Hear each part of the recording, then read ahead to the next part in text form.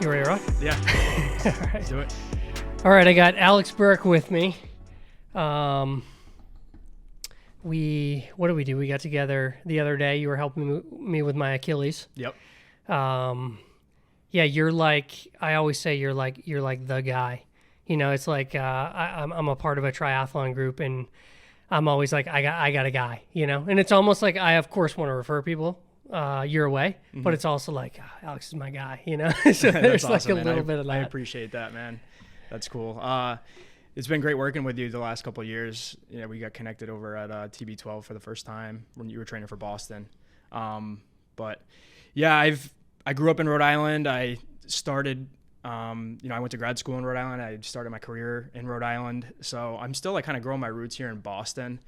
Even though it's one state away, if you're from Rhode Island, you know that it feels like you're on the other side of the country. Yeah. So I'm still like kind of, growing my network here, and it's been great to work with, awesome athletes and people like yourself and all the, student athletes in the area, young professionals, whatever it may be. It's been awesome. Yeah. And you're like, one weekend you're at the Australian Open, the next weekend you're doing body work on like starting quarterback for Boston College. Then you're at like, a venture capital office doing like, body work on those guys. Like who's the typical person you're working with these days? Yeah. I mean, it changes. It's, every season it's a little different. That's one of the things I love about my job is the variety of the clientele that I have. We just had the Boston Marathon in our backyard about a month ago. So I was working with a ton of marathon runners, some really good runners, some runners that were running their marathon for the first time. And that was a lot of fun because I'm a marathon runner myself. So I really enjoy working with the runners and endurance athletes in general. But yeah, like spring sports season, just, basically wrapping up. A lot of lacrosse guys, I got some soccer players, baseball players, fair share of just weekend warriors, who work whatever finance jobs or whatever it may be, just trying to get after it and keep their bodies in shape. So it changes, football, definitely a lot of football players in the fall. Winter rolls around, more basketball, hockey players. The summer is, a lot of golfers, tennis players. So it really changes. And I played a lot of sports growing up, but there's definitely some athletes I work with where I didn't play their sport, but I think it's okay because it's all kind of the same. Right? It's all about just like knowing how the body should move and knowing like the proper body mechanics and, applying like the holistic approach to everyone, diet, hydration, sleep. It applies to all athletes and everyone who's, trying to feel good and perform their best. So even though there's like a wide variety of people, and I'm so blessed to work with all those, high level athletes, I really enjoy working with everyone. You know? Yeah. I love it, man. Yeah. You're one of the few people trained around here in the TB12 method, properly trained and practice the TB12 method. So I want to get into all that stuff because it's very en vogue right now after the Netflix special there, the roast of Tom Brady. Yeah. What'd you think of that? Oh man. I mean, I guess now that I don't work for him anymore, I can admit that I thought it was hilarious. Yeah. A little cringeworthy at times, but I love, stand-up comedy. And I thought that, they definitely ripped on him. I think I just found out today he got paid a lot of money for it, so I don't feel as bad for him. But it was good to see a lot of the, old Patriots, a lot of guys I looked up to growing up there, crushing it on stage and making light of it. But no, I have so much love and respect for Tom and AG and that whole TB12 family. I spent 2 years there and really developed my skill set as a clinician there in terms of like my manual therapy skills, how I train guys. Honestly, it's taught me a lot about how to run my own business. So unfortunately, the Boston office closed where I was located last April. And, when one door closes, another one opens, and it sort of allowed me to fulfill my dream of starting my own practice. And that's where, I started Burke Sports Rehab, where I have a very similar mission and treat very similarly to how I was doing things at TB12. Yeah.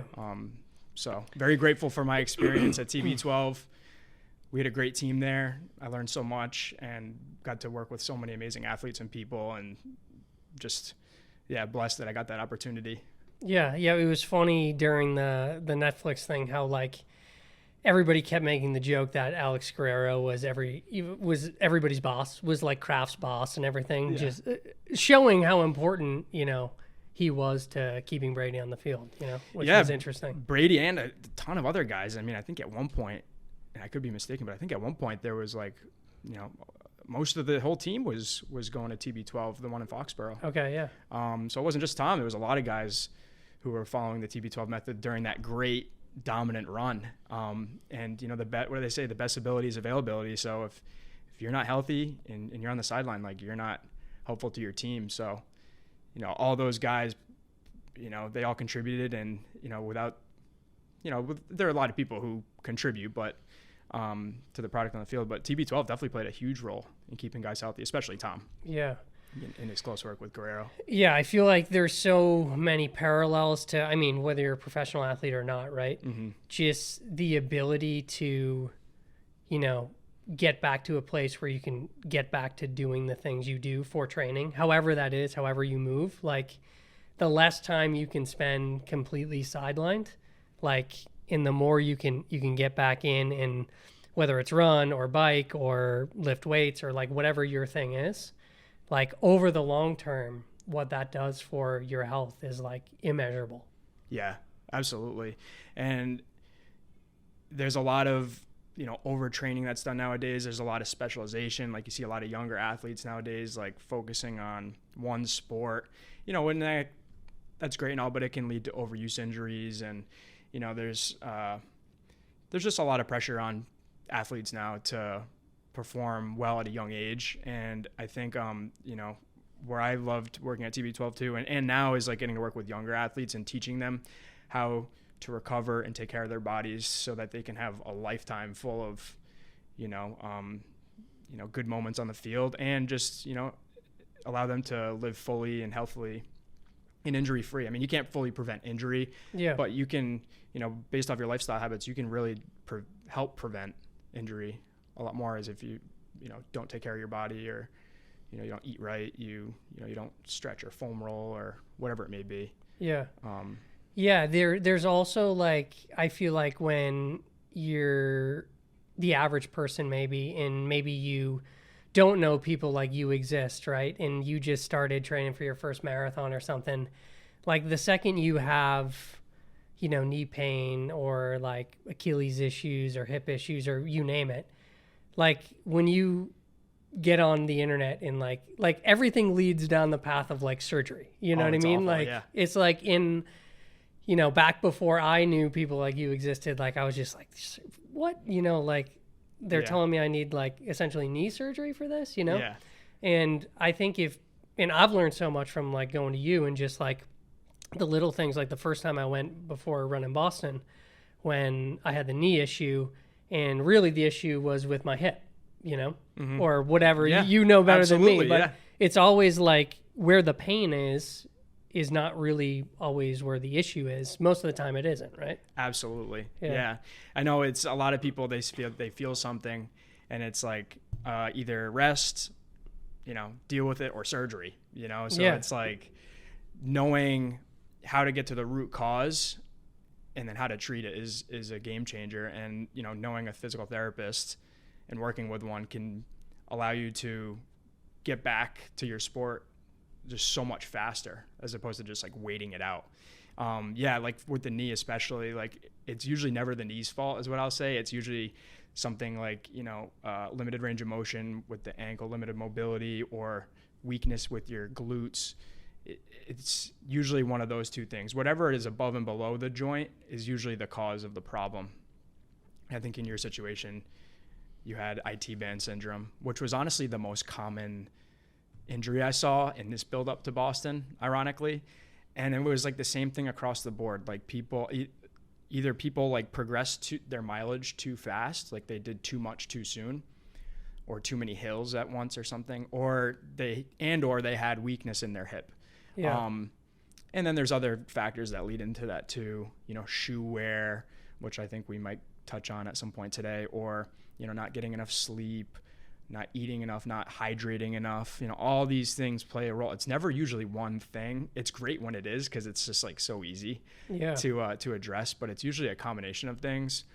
And that's what, I love about being a physical therapist, is like putting the detective hat on and trying to figure out, what's going on with someone and getting to the bottom of it and using a full comprehensive approach.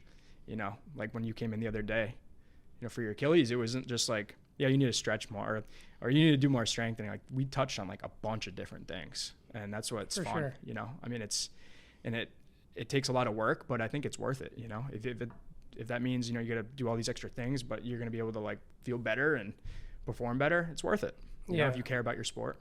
100%. Yeah. And I remember that first visit, like you hit some, I don't even know the muscle in my hip. Yeah. In my knee, like, was in so much pain when you hit that part of like whatever muscle in my hip. Yeah. And I learned, like, after that, those few sessions I did before Boston with you, that like anytime I started to have knee pain from the same IT thing, like I had to really hit that same spot with a lacrosse ball. Yes. And I didn't even know that spot existed, like I'd do your typical, like, foam roll on the IT band and the quad and the hamstring and the glute. But like that one part in the hip there, that just like, so anytime I get knee pain, I'll hit that. And that's usually my issue. Yeah, absolutely. Yeah, that's the other thing. So I talked about, limited ankle mobility or hip weakness, but a lot of times, especially guys like you who train so hard, it's tightness. It's poor muscle pliability, which was the center point of everything we did at TB12. And honestly, it's a center point of how I do everything with BSR, is that, when the muscle gets so overworked and tight, when a muscle contracts, the fibers, they cross, they lock, and then they're supposed to unlock and release back to their resting state. But when you're training so much, you get areas in the muscle that are just locked up like this, and then the muscle is not able, to contract and relax as efficiently, and it also leads to tightness. And then eventually, it can lead to pain, of course, and then poor movement patterns and compensations.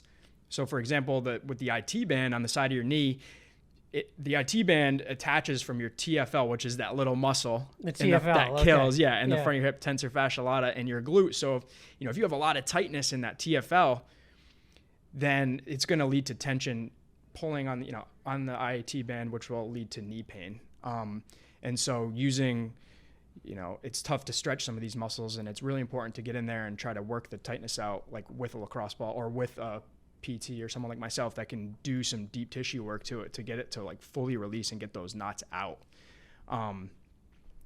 Because if you don't, then you're just going to lead to those trigger points aren't going to necessarily go anywhere.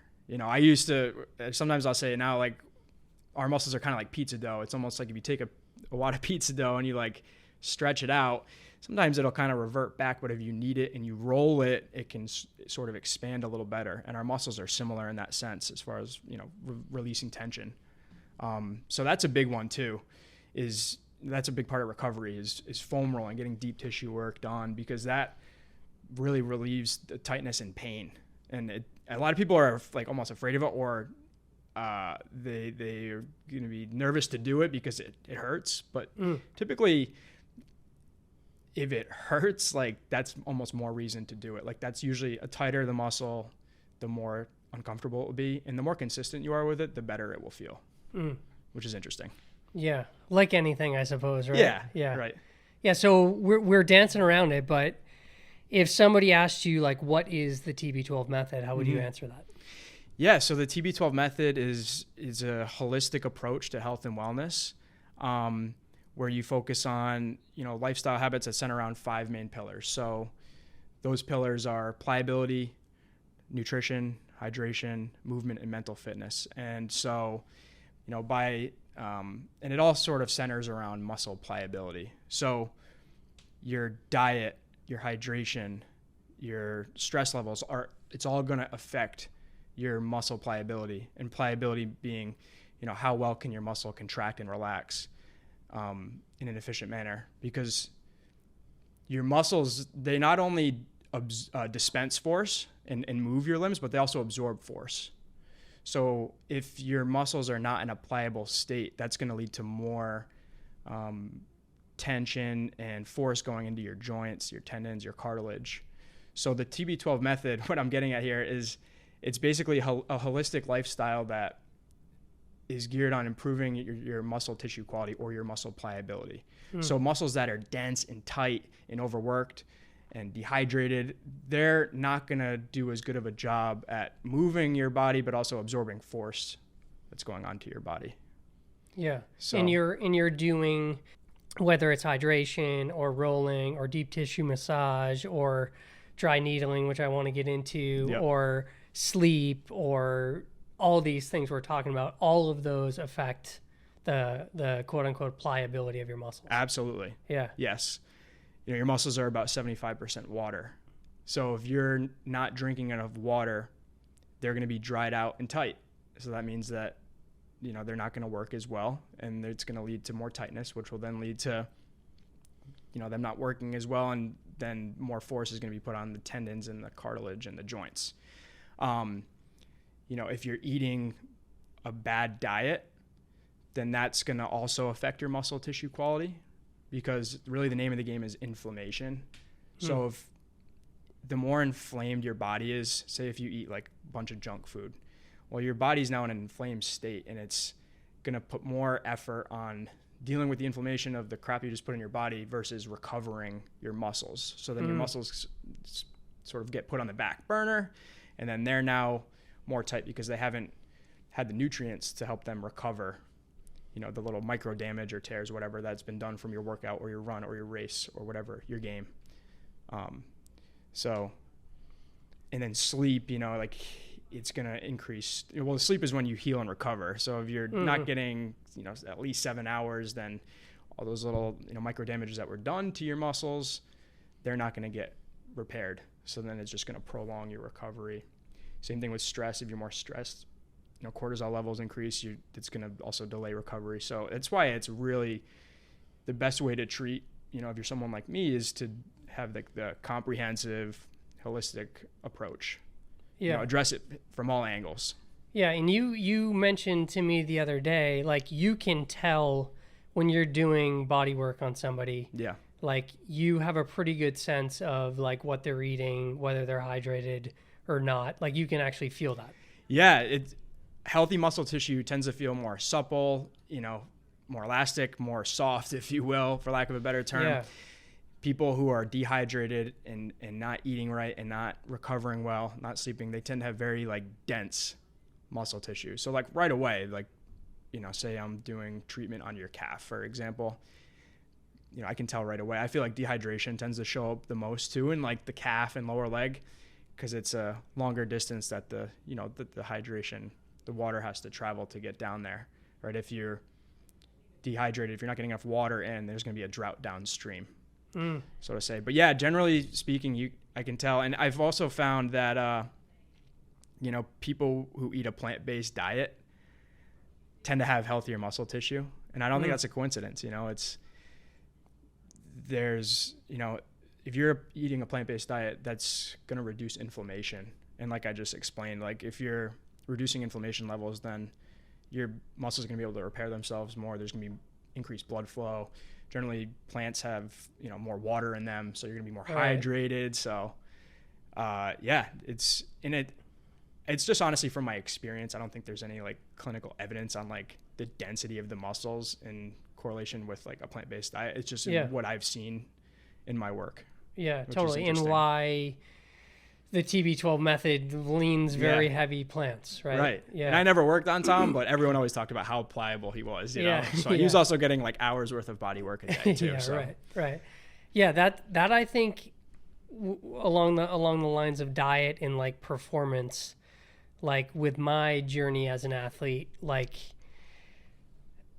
yeah, switching to like that holistic view has like changed everything about the way I think about things. Like I used to, you know, whether it was like pre-workouts or like powders, pills, potions, you know, you name it, that I would do to like try and maximize today's workout. Like, especially when I was playing football and you know, got to show up to a 6 a.m., you know, workout on a Tuesday morning or whatever. And it's like, you know, I'm taking God knows what, you know, back then, like NO Explode and all kinds of like weird, weird stuff. And the thinking was always like, how do I like maximize this workout, right? And maybe, yeah, if I jack myself up on all these like things, like, yeah, maybe I do get a few more sets in and I do move a little more weight perhaps, but in the long term, like what that's doing to me, like the rest of the day, now my body's in this state of, I just put a bunch of chemicals in it. It's doing everything in its power to get rid of that. It's working on that. I'm not going to recover as well. I'm not going to sleep as well because I took in that much caffeine. And that's been like a big shift for me. It's like I'm not going to consume something during a workout that's going to compromise tomorrow's workout in a way. Right. Yeah. And you can get away with so much of that too when you're a younger athlete, I think, which can be the problem in how young athletes develop bad habits is you do like that, what you just described. Which is very common, right? So common. And you feel fine and you can do well. And then it's like you hit a certain point, mid-20s or so, and it's like that, it catches up with you. And it's just not sustainable. And food is medicine. You know, if you're eating the right foods, you know, there's so many, you know, benefits and beneficial chemicals and vitamins in just like natural whole foods, you know, plants that can do the same thing, or if not do it much better and more efficiently and in a more healthy way for your body than those supplements. Yeah. You know, so.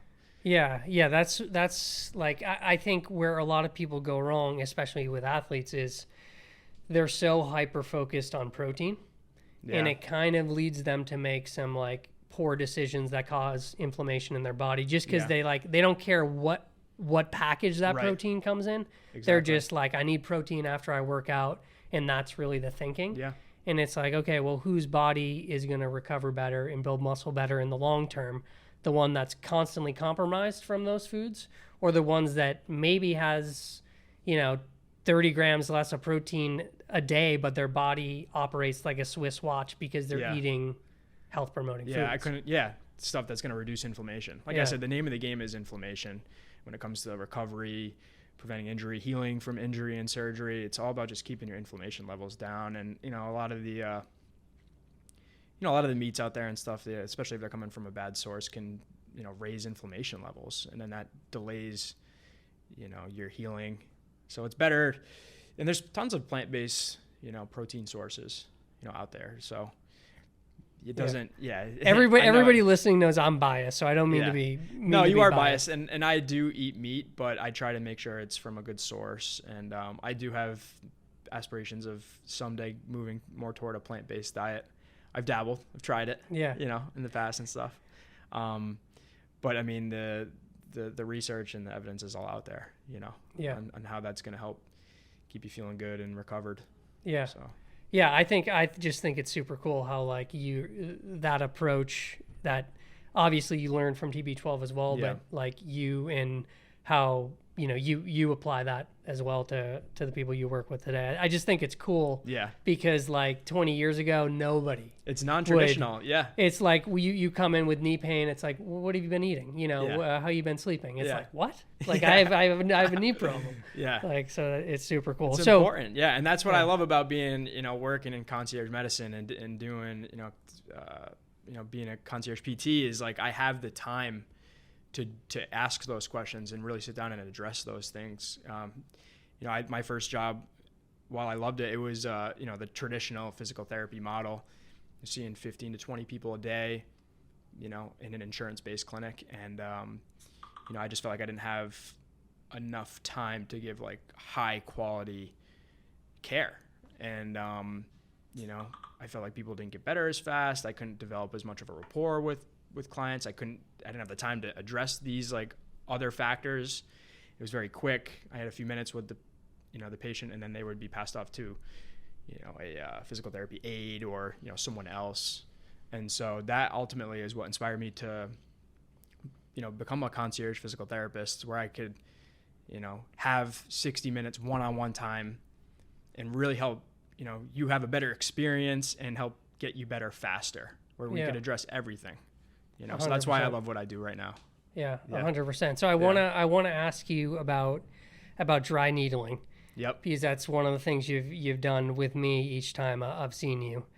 Like, what, for people that don't know what that is, what is it, and like what are you trying to accomplish when you're sticking needles in people's muscles? Yeah. So it sounds scary, but it's really not. So I mean, people have been using needles for thousands of years for healing. Basically, I use an acupuncture needle and I insert it into a tight area in a muscle, a trigger point. It's really called trigger point dry needling. And a trigger point is essentially a knot, like what I was describing earlier, like an area in the muscle that's just super locked up. And so, like for example, with your Achilles, right? So we were, working on your calf. So I was looking for knots, areas of tightness in the muscle, going in and inserting the needle and trying to elicit a twitch response, which will basically help the muscle sort of release or reset, if you will. And, that has also, dry needling and acupuncture are very good too, because it accelerates the healing and the recovery process, because your body just detects like a foreign object just entered. So it sends a ton of healing chemicals and blood flow to the area, which really like jump starts that healing process. And so, yeah, I think it works great. I use it. I do dry needling almost every day with my clients, and I think it works even better when you couple it with the deep tissue massage too. So yeah, it can be, some people don't even feel it. I mean, it all depends. Sometimes it feels like just a quick pinch and a little bit of an ache. You might be a little bit achy after, but it really provides amazing benefits. Yeah, it's cool. Well, Yeah. I've enjoyed it, but yeah, I can't see how people, especially if like somebody, doesn't like their blood drawn or anything like that, or Yeah. needles where somebody could freak out. And I'm always asking that, Yeah. like, how do you feel? Are you afraid of needles? Do you get queasy when your blood's getting drawn? Or, and if the answer is yes to those, then, there's other ways to work around the issue. But if that's not a barrier, then, and with some other obvious contraindications, it's always a good thing to do, to just jumpstart that healing process and get your pain down and get the muscle to release, if you will. So are there any other things in the TB12 method that are worth discussing that we haven't gone over? Any maybe like lesser known? I know you touched on the pillars, but yeah, for sure. I would say mental fitness. That's a big one. I think mental fitness is really what separated Tom from many athletes, right? Not the most physically gifted guy, but really was super clutch and driven and focused and did really well under pressure. And I think the biggest things that, can improve your mental fitness, or what make up your mental fitness, is your preparation, like kind of all the other pillars, like how well you slept, how well you ate, if you hydrated. All those things are going to improve your cognitive ability. They're going to reduce your stress levels. Think about it. If like when you were in school and you had a test, if you studied, you would go into that test like confident, ready to go. If you didn't study, you'd be anxious, nervous. So the same thing applies with sports and life. If failure to prepare is preparing to fail. So if you're not prepared, then you're not going to be mentally fit, right? And Tom was so big on that, obviously. Like that's also what made him so great. And then, mindfulness, the ability to be present in the moment, especially under high pressure situations. So meditation, trying to train your body to be in the moment, be present, not overthink, not think ahead in the future or in the past, just kind of be where you are. That can play a big role with performance and just overall health, mental health specifically, is being mindful. And then positive self-talk, kind of cliche. yeah, But using positive affirmations, having a can-do mindset really can make a big difference. Visualization, seeing yourself succeeding, if you can't see it happen in your mind's eye, then it's never, or it could happen, but it's a very low chance it will. And so using things like positive self-talk and visualization can make such a big difference in your overall success. And whatever it may be, business, sports, working out, fitness, having that positive mindset. So all three of those really, in my opinion, are what make up like mental fitness. But it's so important. It's definitely, it's a big pillar and can really improve your performance and how you feel, you know? Yeah. Yeah, I love that. Very, very true in my experience.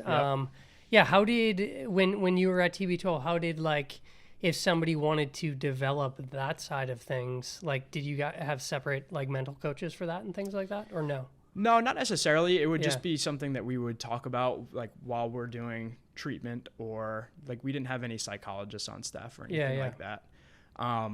But it's just, you know, kind of like the flow of conversation during a treatment session or during, you know, whatever it may be, just you know, trying to teach those, like, practicing breathing. Sometimes we would do that during sessions. So I guess there was some application of that, you know, during a session. But a lot of it is just, you know, reinstating that, reminding the athlete about these things and teaching them, giving them the right direction as far as, like, you know, how they should be talking to themselves, how they should be preparing, how they should be, you know, meditating, if you will. So, you know, I guess it was just more of, like, you know, talking about it. Yeah. And being it, right? Like showing practicing up and getting getting positive. That, I mean, getting that energy. As a PT, you have to practice what you preach, in my eyes. If you want to be good at what you do, you know, you got to be positive every day and have good energy and optimism. If I come in, you come in, your Achilles hurts, and, you know, I'm like, oh, all negative. Yeah. That's not going to foster. That's not going to foster positivity or, you know, a good road to recovery. You know, so yeah, absolutely, that's a good point. Yeah, I love it. So I want to ask you about ice. Okay. Because the other day, I'm like, I always thought, like, ice, like, you know, what better? And especially, like, in today's, like, cold plunge world, I was like, ice all day, you know? So like, when I have anything, like, below the knee, I literally, like, fill up a, you know, 5-gallon bucket with ice and water and stick the thing in for 20 minutes. But then I texted you, you're like, no, don't do ice. So tell me the philosophy on ice. Okay. So it's definitely a little bit complicated, because I believe that ice can be very beneficial in some circumstances and not beneficial in others. So in regard to a tendinopathy injury, a tendonitis injury that's been going on for a long time, in your example, why I said that you shouldn't ice your Achilles. Ice, what it does is it restricts blood flow. Okay. So in a tendonitis injury, tendons, like we talked about during a session, they don't have great blood flow. So if you apply ice to, like, a chronic tendon injury, it's going to restrict blood flow to that area, which is the opposite of what we're trying to do. We're trying to increase blood flow to facilitate healing. So if you're, like, restricting blood flow, you're delaying the healing, and you're making, you know, the tissue more tight as well. So you would want to use ice, say, if you sprained your ankle and it then, like, swelled up like crazy. Yeah, the first 48 hours, you definitely want to use ice to try to get that swelling down. But honestly, you know, this is all very recent too, is where they're realizing that ice can delay healing. You're better off, you know, in most cases, using, you know, foam rolling, stretching, active movement. You know, if it is swollen, elevation is big. Compression is important. But ice, they're finding is less and less impactful in the recovery process. So that ultimately is why you can, with a tendonitis injury like that, you could use, like, an ice cube or, like, an ice cup and kind of go around the area for a couple minutes to numb it out, to relieve, like, your pain in the moment. But yeah, I think that's a mistake that a lot of people make, is, you know, they've been dealing, let's say, with a tendonitis injury for a long time. Like, let's just keep icing it, when really that's been found to delay healing.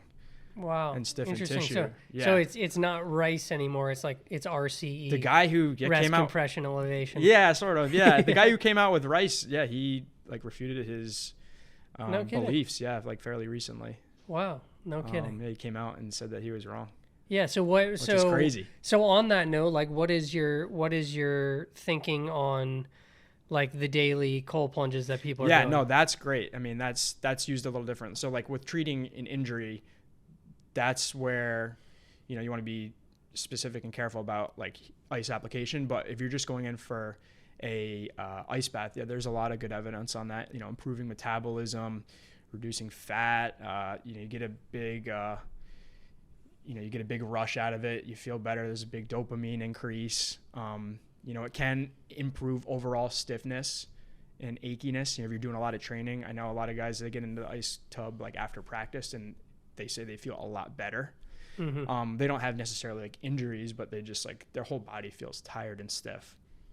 So that's a good reason to jump in an ice bath, you know, is yeah, but it's not necessarily gonna like solve your tendonitis issue. no, that's a little different.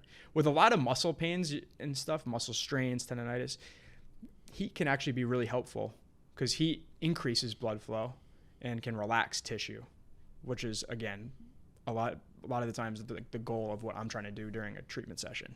Mm-hmm. You know, is increase blood flow and get the muscle to like a looser, more pliable state. Yeah, and then that's super interesting. Yeah. And then on stretching, so that's the other thing where, you know, when you have an issue, it's often like stretch or don't stretch. Mm-hmm. And so like what type of injuries should you stretch and which ones shouldn't you? And maybe even generally, as a follow-up to that, like how should we be warming up stretch-wise? Should you stretch a cold body or do you need to warm up before you stretch? Like, sure, yeah. Let's talk stretching. Yeah, let's talk stretching, man. I'm all about it. So generally with tendonitis injuries, they don't respond very well to stretching, especially in Achilles. Just, you know, we'll keep the same example there. A flared up hot Achilles tendon does not love stretching. So usually you do better with, you know, with more like heel raise holds to help treat that, or you get into a higher drop shoe to limit the tension on the Achilles. Same thing with like your patella tendon, like the tendon below your kneecap, you know, things with like your elbow and stuff, you know, wherever it may be. Tendonitis injuries don't always do great with stretching. And I think that's like a very old school approach, is like, just stretch it, you know, stretch your calf.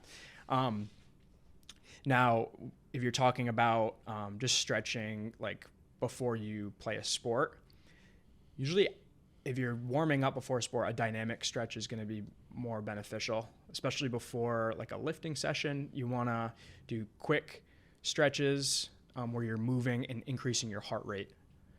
Or before a run or game, whatever it is that you're doing. Yeah, so you're not doing static stretching before your activity. You're going to want to save the static stretching either for like a couple hours before you perform or after. And the reason being is because you want your muscles to be at an optimal length. So you don't want to be too short, but you also don't want them to be too lengthened out. So it's good to feel loose and all, but when it comes to performance, you want to have them in a nice, like, optimal length. And so if you're doing like a ton of long hold stretches right before you lift or before you play or run, whatever, bike, you're not putting your muscles in like the most optimal state to perform at their potential. So it's good to do like the quick stretches to get that feeling of being loose, but also to warm yourself up, because warming up is also really important. Our body just performs better when we're warm. That was also a recommendation I had for you, was hop on the bike for 10 minutes before your runs to get the Achilles feeling better, get the blood circulating, get yourself warmed up to the point where you're almost sweating. That's usually what I recommend. So you're like, you start to feel a little bit of a sweat going. That's how you know you're nice and warmed up. Yeah. In my case, I think I told you this the other day too, but like I often will, if I have like a 12-mile run or something, I'll run 2 miles slowly, you know, like zone 2 pace. Yep. And without having done anything before, I'll just, you know, step out my door, go slow for the first 2 miles.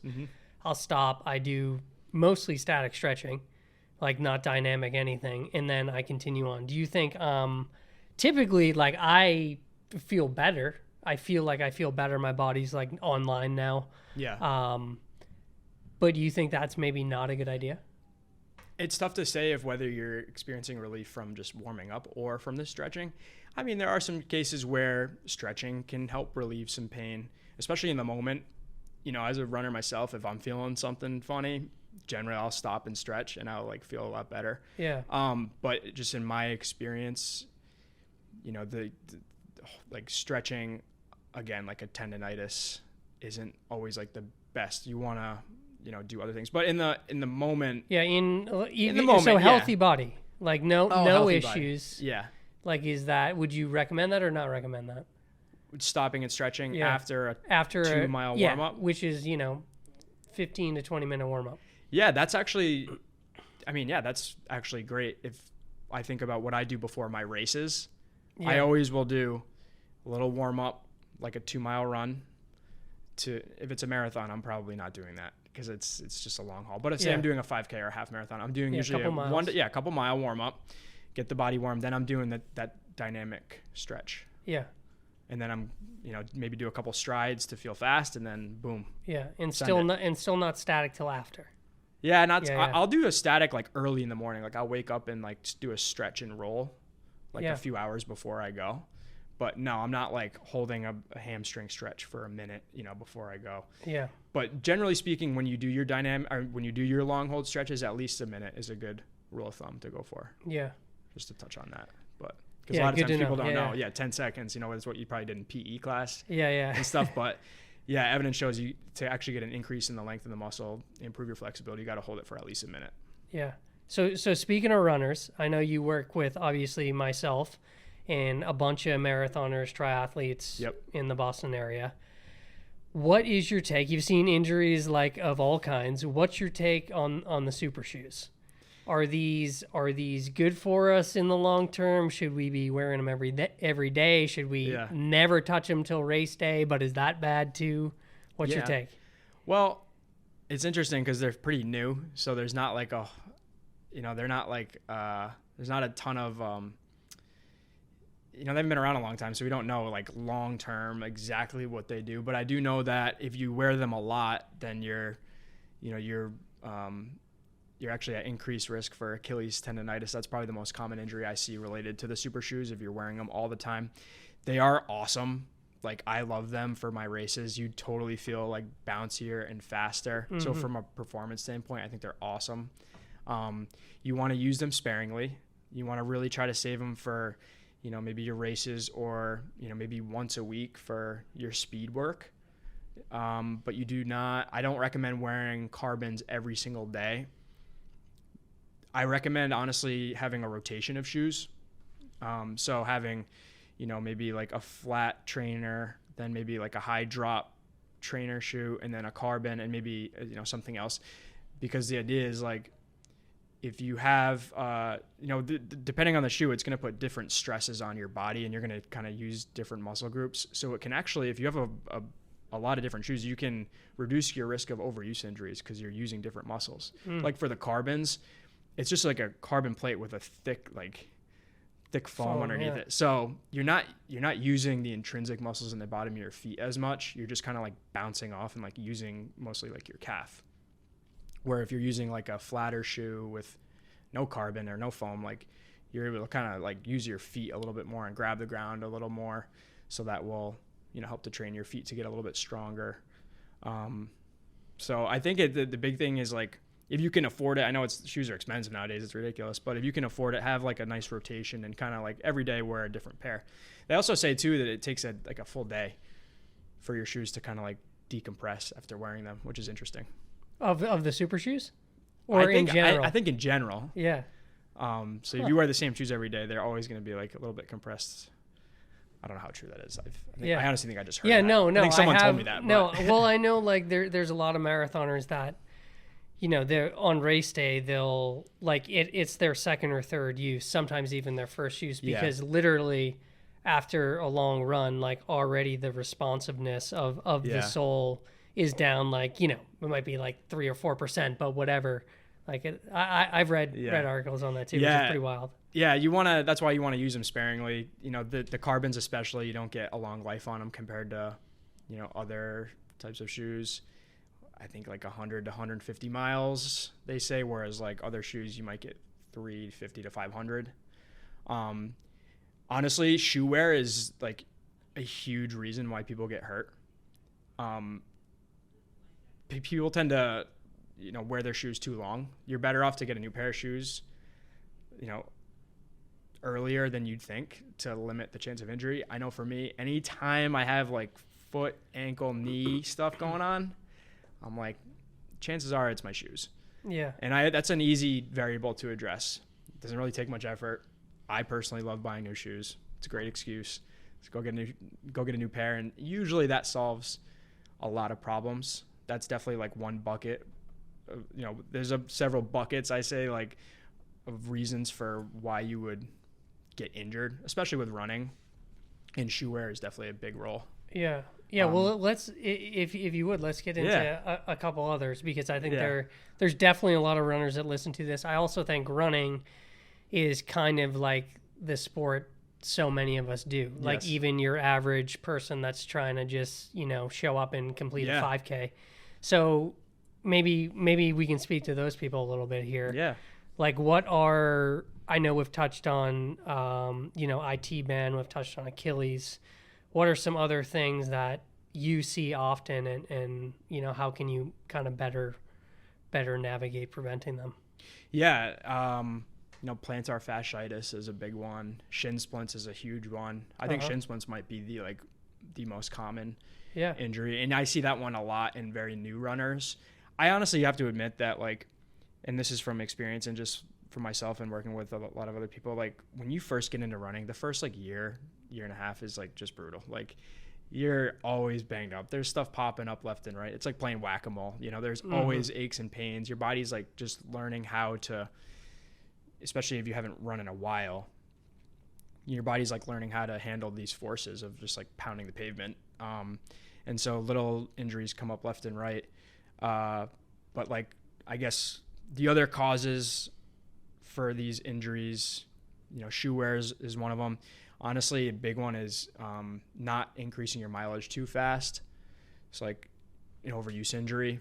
So you want to, go slow. I think a lot of runners go really fast when they first get started. It's every run they want it to be faster than the one before it. At least that's what I used to do. That's what I used to do too. Yeah, and that leads to you getting hurt.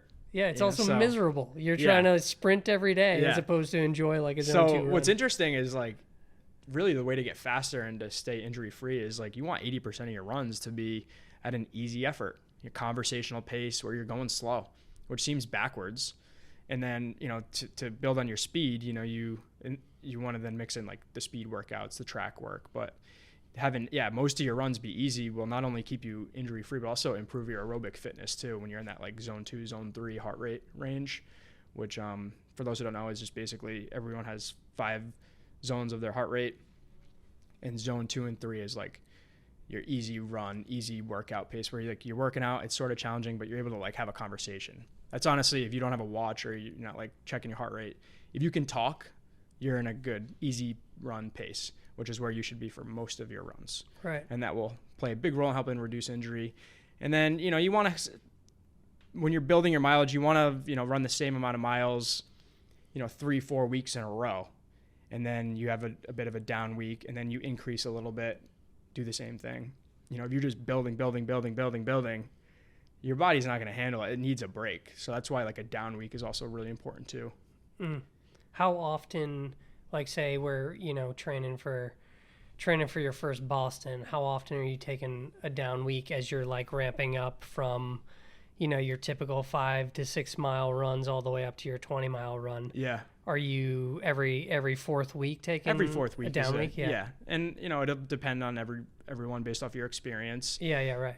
I honestly recommend getting a coach if you're serious about it, because that will save you so much time and effort, and it's worth the investment. I hired a coach a couple of years ago, Coach Chris Knighton. He's been awesome, and he's been very helpful. And because otherwise you just trial and error, you get hurt, and you kind of plateau.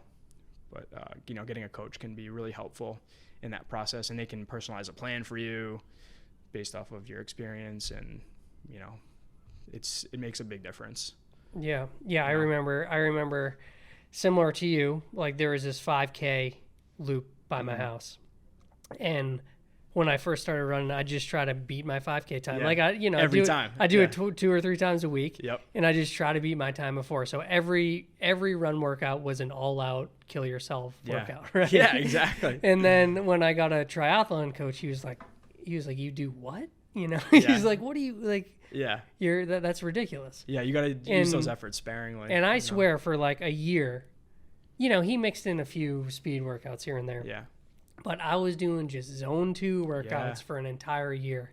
And I showed up in more mileage than I normally did. But, I'm running 8:30 pace, like every day for my first year, right?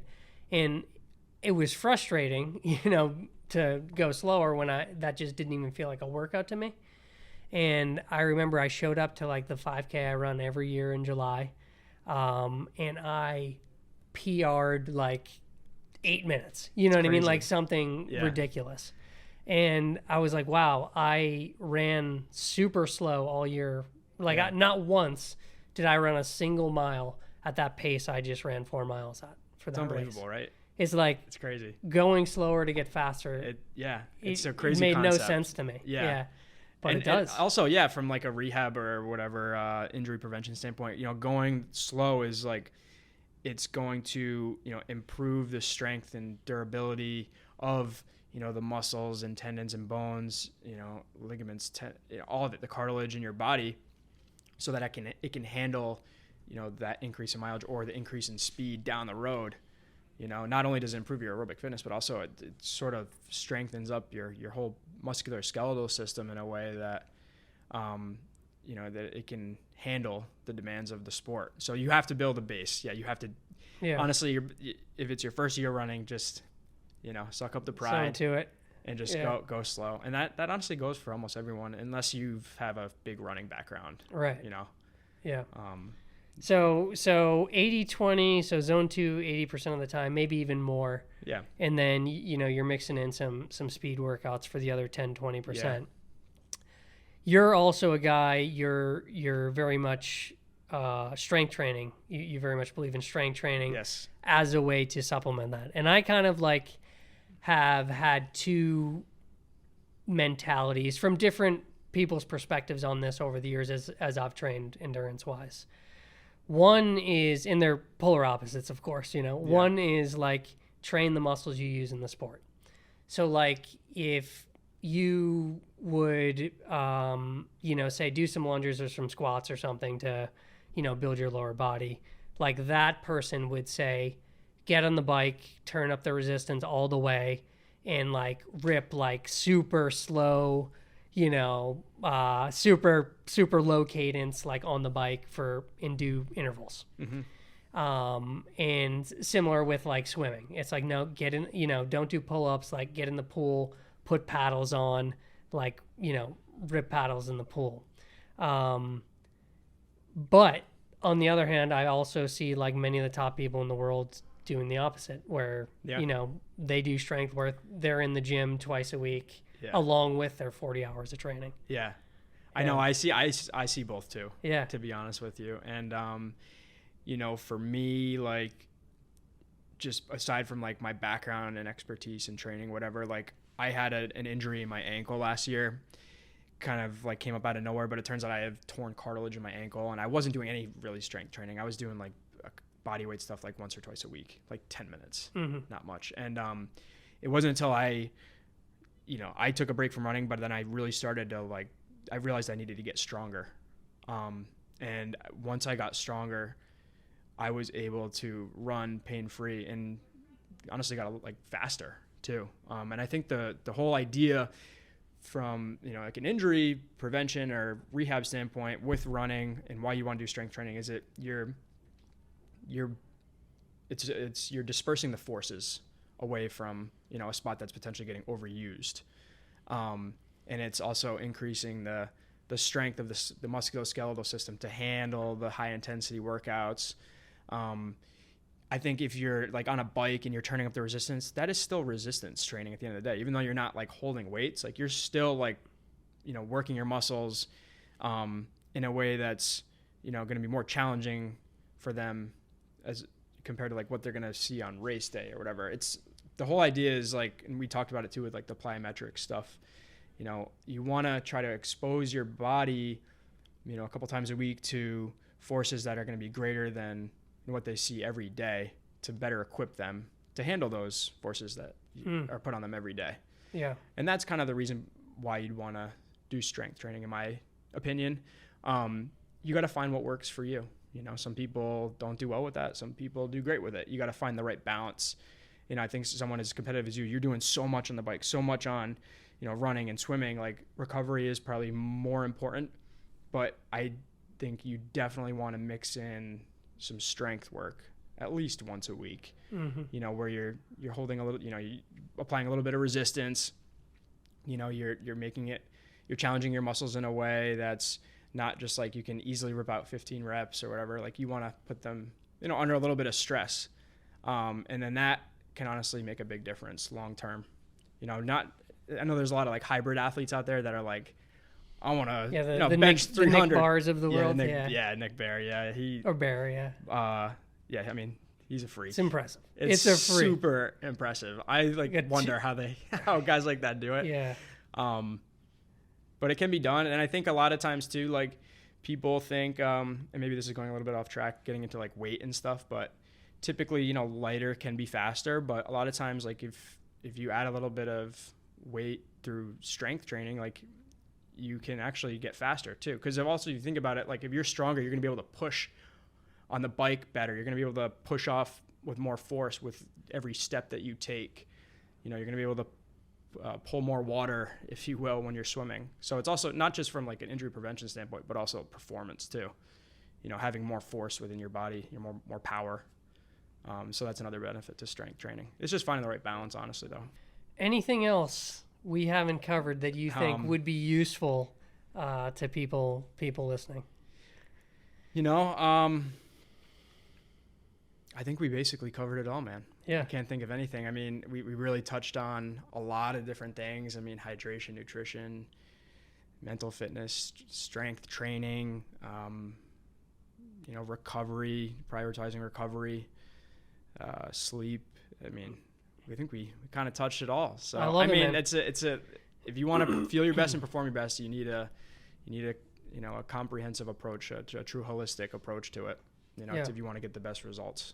Yeah. Well, shout out to you, man. You can, in life we can choose many different paths, and in your path to helping people get healthy and keep doing the things they love and ultimately continue on this path to keeping themselves healthy throughout the decades of their life is awesome. And you, every time I come see you, like you practice what you preach from the energetic standpoint and the positivity standpoint, but also just this obvious skill that you have. So I know I'm not the only one that appreciates you and what you do. So thank you. So thank you, and shout out to you. Thank you, man. I appreciate the kind words. And, I just, it's no man left behind, I love getting to help other people get across the finish line. And, I learn so much and get so much from all of my clients too. I mean, I'd be lying if I said I don't learn from everyone I work with as well. I'm always like picking up new things, from you and from all the people I work with, the young athletes, the older weekend warriors. I mean, I'm always learning and growing from them, and I get a lot out of everyone who I work with. So it's a two-way street. Amen, man. Well, before we sign off, give us the Burke Sports Rehab handles and all that.